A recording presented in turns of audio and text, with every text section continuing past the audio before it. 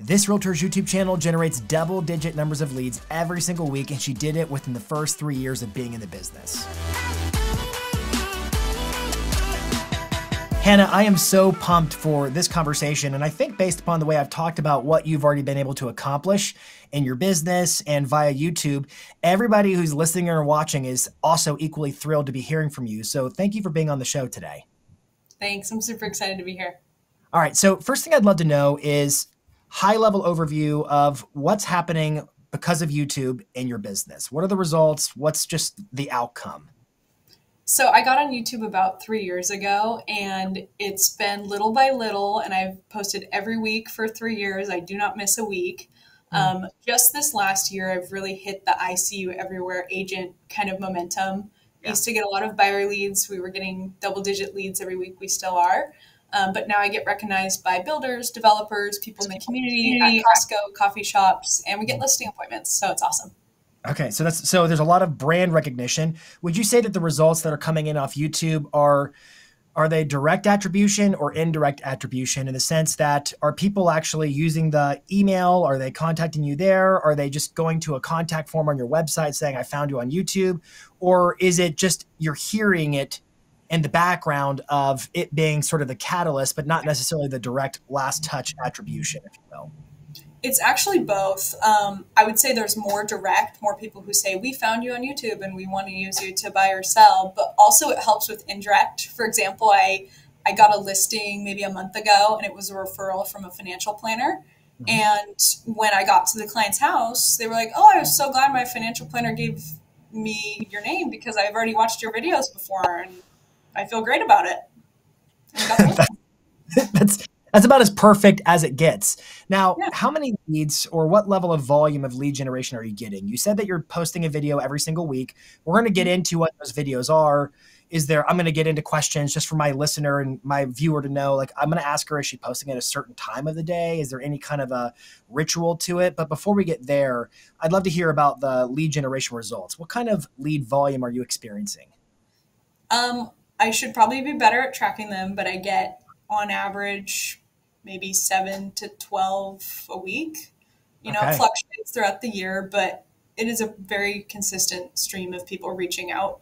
Some of them are more ready than others. Some of them are ready next week, today, and others are contacting me for a year or two in advance. Okay. All right. So that leads me to a lot of questions. I'm starting to ask questions like, okay, well, what kind of content is it, and so forth. And I think what might be helpful is eventually I'm going to put your YouTube channel up on the screen. Let's look at it, kick the tires, and break down the strategy. I'd love to know, though, so you said you've been doing this for 3 years, and this is your third full year in the business. Is that correct? That's right.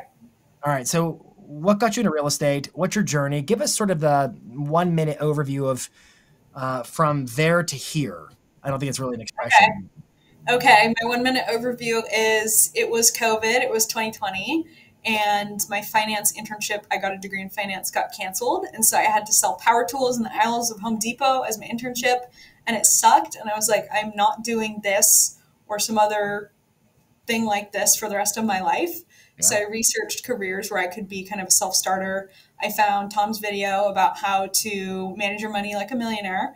And then the rest is history. I became a realtor. I said people need better service in the area I live in. I live in Clark County, Vancouver, Washington.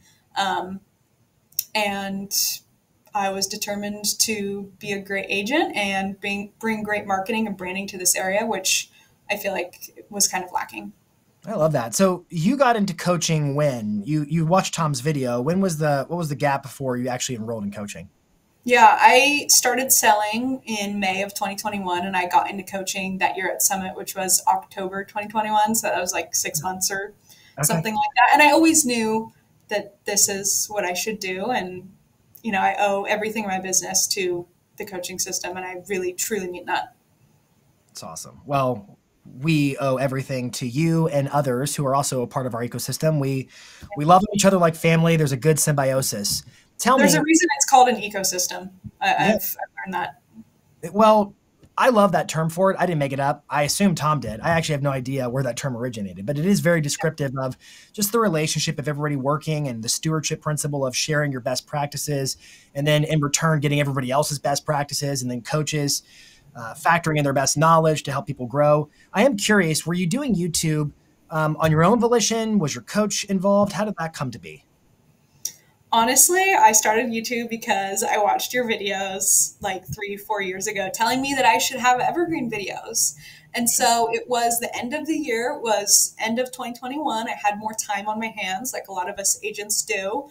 And I worked on that project of getting my channel up, and I did your kind of staple videos. Yeah. Go watch Jason's video from 3 years ago telling you to make pros and cons and moving to, living in, blah, blah, blah. That's what I started with.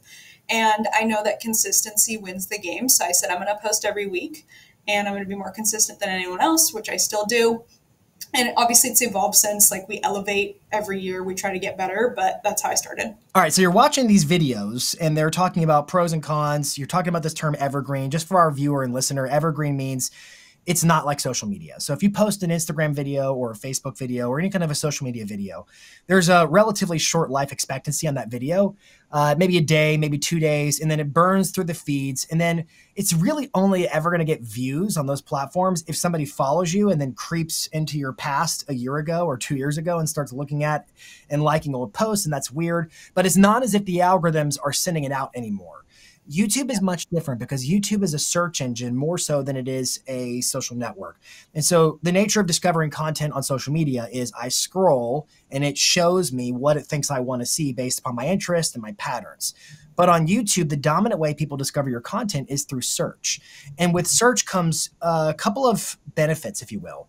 One of the benefits is that if somebody goes searching for content, they have a greater appetite, presumably, to go consume that content, which means they're going to watch it for longer. So you can get away with long form content on platforms like YouTube because they went seeking it out.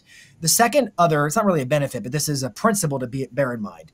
Because they're willing to watch for longer and because they're seeking out content and because they have greater intent in learning something or knowing something, you can also expect they have higher expectations of your content. So your ability to just kind of phone it in, so to speak, becomes much more limited. Now, I don't mean that you have to have fancy camera equipment and so forth, because Hannah, we're going to look at your videos in a minute. I wouldn't say that you're spending a huge budget or anything. And so I would like to use this as a segue to ask you, what are you posting on YouTube? Talk about that. So what I'm currently doing is, and you're right, like, I didn't start with a huge budget. I record here in my office on that green couch behind me once a month. And I usually try to record 4 to 6 videos. They're like talking head style videos. Yep. And I record them on my Canon M50, which is a very entry level camera. There's nothing fancy about it. I still have it because it works fine. And I got a little bit nicer lens, but it honestly wasn't that expensive. So I do that once a month. And then once a month I go out with my videographer who I have on retainer, and he films 2 videos with me. We take usually on average like maybe 4 hours. And those are kind of on the scene. We're going to look at a development or a neighborhood, or we're going to do a house tour, something like that. How did you find your videographer? I found him on Instagram 4 years ago. Were you like hashtags or was it random? I followed another realtor in my market who tagged his videographer, and I was like, well, I need a guy. Let me try this guy out. And we've worked pretty well since. That's awesome. All right. So I want to put your YouTube channel up on the screen. Let's sort of take a peek at this together. All right. So Hannah, walk us through your channel. Explain your process, if you will, toward this YouTube channel. Sure. I've tried to keep my process somewhat simple because I know that that's more manageable. So maybe people will be surprised about it. We just post once a week on Wednesdays is when I have it posting. I originally started posting on Wednesdays because that's when YouTube said I had the best engagement, but now I just leave it because Wednesday is the middle of the week and YouTube likes consistency. So I have my videos on auto post. Right now I have probably about 12 videos queued up. Oh, wow. Ready to go. So I'm months ahead of time. So I'm never running out. So I can always be consistent. I try to sprinkle in my 2 with my videographer, Nate, every 2 weeks, because those are more high-end fun. And then those are scattered throughout the talking head videos. Yeah. That's it. I don't know what else to say. Are you posting at a specific time of day on Wednesday? Do you always say it's like always 7:42 a.m. or something random like that? Yeah, we always post them at about 4 p.m. because at Pacific time, that's when people are getting off work if they're in my time zone, or they're going to get off work soon. And then, of course, if they're in a further time zone, they're already off work. Okay. I think it's smart to be consistent. And what you said is true. YouTube does like consistency, and there's a reason for it. Within every single video you post on YouTube, it knows who the viewership is, and it has analytics and detailed profiles of all of those viewers. It knows when they're likely to log on again, what they want to watch, what their interests are. And so packed inside every single one of your videos is a key, so to speak, for YouTube's algorithm to understand how to distribute your content for the next post. And so I think where a lot of YouTubers make the mistake is they post infrequently or irregularly, and they mix up their content to the point where the episodes and the videos are so distinct and different from each other. Whatever memory YouTube might have had of who watched this video is almost irrelevant for the next video. And so again, consistency has major benefits algorithmically for YouTube. Anything you want to add to that, or did I pretty much get it? Yeah, you hit it on the head. All right, so you got some thumbnails. Talk about your thumbnails. What's your process here? Thumbnails have evolved over time, and I still, think they could use some improvement. We've really honed in on like white text thumbnails. If you look at our most recent videos, you're looking at my most popular viewed videos right now.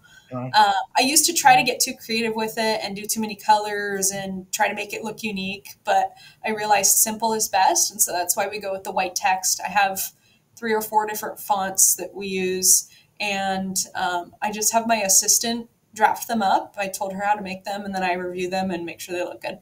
So before we get into one of the videos, just a note that I've seen so far, if I could point out a couple of details I like about your channel.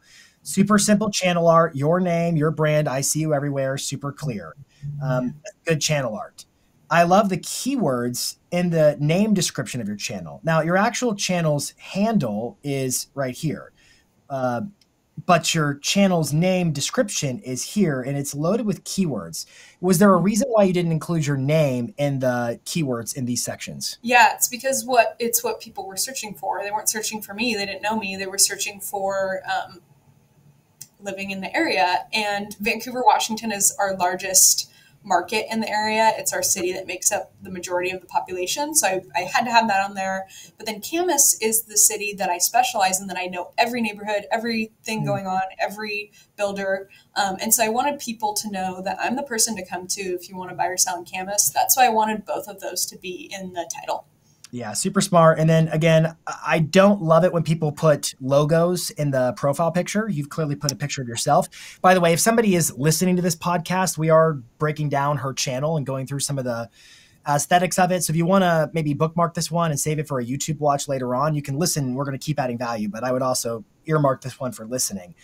Okay, so really rich in keywords. I love that. The featured video here, I assume you have a channel trailer for non-subscribed. I'm subscribed. I do. Yeah, so a channel trailer for those who have not yet subscribed and a featured video for those who have subscribed. Is there any sort of reason for which featured video you've got here? I honestly should keep up on featured videos a little bit better. I haven't refreshed that featured video for like maybe a month and a half. I just do it when I remember.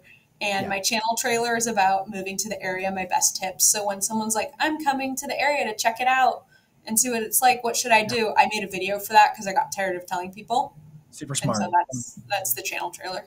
All right, so I'm down here in the For You section of your homepage, and I'm seeing the white text. And I'm noticing, so we teach this in some of our programs. We talk about a YouTube thumbnail has 3 core elements. YouTube thumbnail has you, the speaker.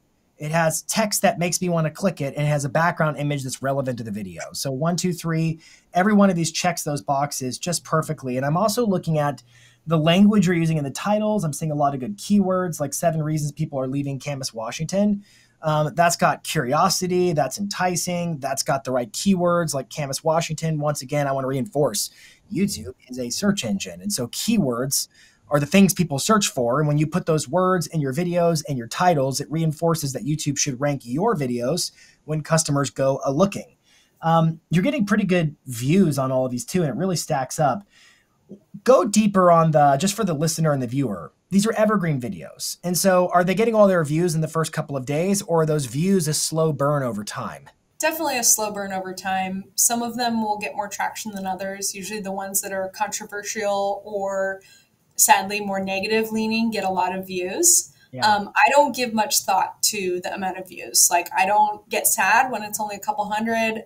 I do get a little happy when it goes viral, right? I've had a couple get like 10,000 plus. That's kind of cool. But there's nothing wrong with only getting a couple hundred views on a video. There really isn't. And I would argue it's for a couple of different reasons. So I've often looked at your page and I've taught YouTube to a lot of different audiences, and I call YouTube a video army because every single one of your videos, because it is evergreen, because it still stands the potential of ranking in key searches at any point in time, it can go out and work in the defense and the offense of achieving your purposes in your business. Again, like on Instagram, it's whatever video's live today. That's the only one working for you right now. Yeah, On that's YouTube, exactly it. yeah, every one of your videos is working. And because they're keyword optimized, whether you got 130 views or 13,000 views is somewhat irrelevant depending upon, well, who's watching it. Out of those 133 people, if there's some serious players who are watching it, that's phenomenal in terms of getting in front of the right customers. Yep. And I will say one thing with the evergreen videos. I did do a lot of driving tours when I started. I'd still like to do driving tours, but I need a better setup for it. When I have clients who are curious about neighborhoods or they see a listing, buyer clients, they see a listing they like in a certain neighborhood, I send them the video tour. And then like I already made it and I'm telling them about it and I share all this information in the video. So it just continues to reap great benefits for my business. I love that. And you know, something that a lot of folks don't think about is when you're making videos. I was speaking at an event in Tacoma, Washington just a couple of days ago. And I was talking about one of our other rockstar coaching clients, Roland Osage, and he's in San Francisco. And he does a lot of home previews. And the way he films the videos is as if he's previewing the property for a client. And the way you just described the driving tours, it's almost as if you're doing it for a client who personally requested it, yet it has usefulness to any client who might be in that same situation. And I think if you could put clients in this kind of simulation where they get a sense of what working with you is like, if your videos seem that approachable and as if it's really my realtor, Hannah, and I'm really working with her right now, that only makes your videos extra sticky for other prospective customers who run a search and they're like, that's exactly the kind of agent I'm looking to work with. Talk about this feature channel here. I'm going to click it open. The Dubyne Realty Group, you have two channels. I'd love to understand. I do have two channels. That's right. Subscribe. So channel trailer, I click subscribe. We refresh, it will go away. Now it's a feature video. Just a little learning lesson there. Talk about the second channel. So my second channel is for my listing videos or videos we're going to run as ads. I just did a really cool ad that's highlighted right there, how we operate, and that performed really well. But I don't want that to get in the way of our natural search engine optimization on my other channel. They just don't mix together. No, well, and what happens is YouTube. We have a lot of secret videos on this channel in Dubyne Realty Group that we run as ads that are unlisted, so you can't even see them all. Super smart. And what you said is true. If you're looking to grow a channel organically, you'd be wise to have a separate channel to run your ads from. Even if they're unlisted on the same channel, you can still confuse the algorithms' understanding of how to have independence in terms of getting views. What happens is when you run ads, a YouTube channel can learn dependence on a paid mechanism to find those views versus organic search results. And so I want it to learn how to stretch its own wings and get its own views and not need anything else altering those views. I even have clients, Hannah, like Ken Posick, for example. He won't even post a link to his YouTube videos on his Instagram stories because he doesn't want there to be any kind of an outside external source that the algorithm learns to depend on because he wants it to learn how to fend for itself, which is part of his genius in his YouTube videos. All right. Yeah. I want to cover two more things. I want to talk about your videos, and then I want to talk about how your videos are ranking in the Google search results. And then I think we'll have pretty much cracked the code for others to rip off and duplicate in their own respective markets what you're doing. Which video should we take a peek at that's a good one to talk about? The VIP night one performed really well. All right, so we're going to take a peek at this for just a little bit. I'm not going to watch the whole thing. I'll probably put it on mute in the background just for those who are watching. It's the Luxury Parade of Homes Tour, Clark County, Washington, 2024. All right, so I've got the video up on the screen right now. There's no audio coming through. Hannah, I'd love for you to talk about what's happening on the screen right now for those who are watching along on our YouTube channel. So the content of this video is it's a parade of homes, which is an event where builders come together and the homes are open for 2 weeks, custom homes, and it's beautiful. And then after that, they sell. And so I thought it was really cool to capture the opening night so people could come look back at this in a couple years. I started the video out with a hook, which was, I forget exactly what I say, but like we're at VIP opening night in Clark County in Philida, and it's amazing. Yeah. And then I go into my channel trailer, which is the same for every video. It creates consistency. And then after that, right now I'm talking, I'm just doing an intro and I'm talking to people about the Building Industry Association in Clark County, the event, and then after that we go and tour the homes. All right. So I want to make sure everybody listening and watching got that. You kick off with a hook. Doesn't matter what platform you're building a video on, you always have to start with a hook. A hook is the promise that keeps me wanting to watch. Then you transition into, you called it your trailer. I often call it a bumper. It was sort of the music playing and it was the montage of different clips. And then it transitioned into what I always refer to as a vamp, which is your introduction, and you're talking about what's going to be in store for you if you keep watching on the show. You're just deepening those promises to the viewer. And then you start getting into some footage and all that kind of fun stuff. Why do you think this performed so well? So I really transitioned my channel this year to have a lot of more local content, like highlighting newsworthy stuff and things that would be enticing to people who already live in Clark County, which would be like future selling clients. I think it was because, one, obviously the homes are beautiful, but two, it's a really special event that you can only go see these homes in person for 2 weeks. And once they're done, like, you can't go back and see them. And people are interested to see what you can get for $2 or $3 million in Clark County. Yeah, I also brought people along kind of like HGTV, and I was very real in the video. It wasn't like everything was super staged. I mean, we did some kind of funny stuff in it if you go watch it. Let's peek at this one here. This was you at the couch, I presume. The 7 reasons people are leaving Camas, Washington. Yeah. So talk about this one. It's clearly performed very well. There's your little montage, your bumper opening in the background, and then it's going to go back into, I'm guessing, the vamp and the setup for what's in store for the viewer. And here you are talking. This seems to be a lot of the format of your videos that I see you filming. What percentage of your videos would you say are sort of this at the couch talking head? Yeah, probably 75% of my videos are this, and they might seem kind of boring on the surface, but they're very information based, and the kind of clients I target are STEM, science, technology, engineering, mathematics, high-level executives, business owners, and they want information. So I can just sit there and rattle off data, facts, share graphs, and that is what those people love, and they can't find it anywhere else. I know where to find it. I know how to synthesize it. So that's what I'm talking about here. This one's not quite as data-filled as some of my other videos, and I think we got a lot of traction because, people are like leaving a nice area. People are so curious, and they're clicking on it. It's really good stuff. And I think it also goes back to the fact that YouTube is a search engine. And so if you're supplying the demand, people are searching for specific phrases or knowledge or information, and you supply what it is they demand, it doesn't have to be super entertaining. I mean, certainly it helps to have a hook and to be engaging. Yes. I'm not saying that our viewers should be intentionally boring, and I'm not calling you boring either. But I think what really matters most is, are you solving the problems that folks are searching for when they're looking for a video that you provide on the platform? So my question is, how are you researching the topics to know what it is people are searching for?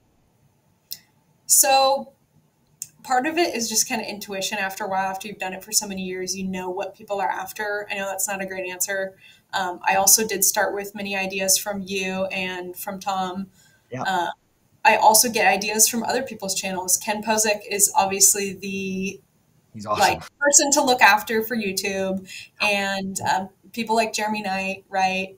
I have incorporated a new bucket, I mentioned it earlier, into my YouTube channel this year, which is more local news, local development, things that people who live here are interested in. Jason, I just got back from a listing appointment at a $2 million house, and it was in the nicest neighborhood in Camas, my target market, with the nicest people you've ever met in your life. They've watched me on YouTube for years. They said I'm their agent, and I've barely spent any time with them. Yeah, they already know, like, and trust you. Yeah. It's the power of video. They know, like, and trust you. It's been working for you while you sleep, and not just one video at a time, all your videos all the time for anybody who goes looking for them. I use the example a lot. I think YouTube videos are like putting snares out. People will find their way to them. They're beacons, they're snares, versus just that one linear video in a feed. I think it's super smart the way you're doing it. I also want to make a mention to folks who are considering this. Okay, I get it. It's search. Are people really searching on YouTube that much? Absolutely they are. We know that in terms of dominance, Google's the #1 search engine. Google Images is second behind it. YouTube is third behind it in terms of search dominance. Yes, they're searching on YouTube. What's more, how often do people run searches on Google? I was testing it before we got on the call, and I won't share my screen again. It's not necessary. I was testing search phrases on Google. Selling my house in Camas, Washington. Buying a house in Camas, Washington. And what's happening is in the search results, Google will often use the featured videos snippet section where it supplies certain YouTube videos. Obviously, Google owns YouTube, so it puts YouTube videos in the search results on Google. And I'm seeing your videos like 5 out of 6 times. There's like one or two other agents who are sometimes making videos, but I have to assume people aren't just finding you on YouTube. They're finding you on Google and everywhere else. They see you everywhere, to mark your own words. They're watching your videos. And I love that story because I think that's what people can expect. We've been watching you for years. And then they Yeah, finally get to the point where it's time to make a decision and you're already their agent of choice. You just didn't right. even know it. It's the power of YouTube. What's any final thoughts you want to share with the audience if they're looking to step up on YouTube, they want to get started or they want to advance? What would you say to them now? Consistency is everything. I always tell people in my market, I will out consistency anyone. And YouTube is an amazing tool, but I don't think it can be the only thing that you do. I know some folks who they just do YouTube. They literally don't do anything else, and they have a fine business, but they don't have the kind of business I have. I am an Mm, ICU Everywhere agent. I email my clients great emails, useful emails every week. We're on Instagram, we're on YouTube, we're on Facebook. We mail, we do a couple events a year, and we do pop-bys. great. And people see me everywhere. And you go deeper on the relationship with them. Yep. I've used the example before. I think about this often, and this just my brain works in analogies sometimes. I think about like grapevines. You can create, you can nurture grapes and they're ripe, but what happens if you don't pick them off the vine? They rot, wither, and die. And I think sometimes it's easy to get stuck into a flywheel of I'm making YouTube videos, I'm getting a lot of leads and stuff. But if you don't go deeper with the other stuff, the events, the Popeyes, the things that you just talked about, you're not really harvesting the full crop and the full potential of the strategy if it was working integrated with everything else. So you've been unbelievably useful in this video. Thank you for your willingness to share what's working for you. I know that's not always easy for folks to do. Where can they connect with you, especially if they want to send you referrals? Thanks, Jason. You can find me on Instagram, my name at Hannah Dubyne. Feel free to send me a message there. Always happy to connect. All right, Hannah, thank you so much. You've been absolutely incredible. I'd love to hear from everybody watching, listening in the comments. What's your big takeaway? What's the thing you heard that you've never considered before, or you've heard it before, but it had new meaning to you today? Let us know in the comments. Make sure to like and share this video with your network. And until next week, this is This Week in Marketing.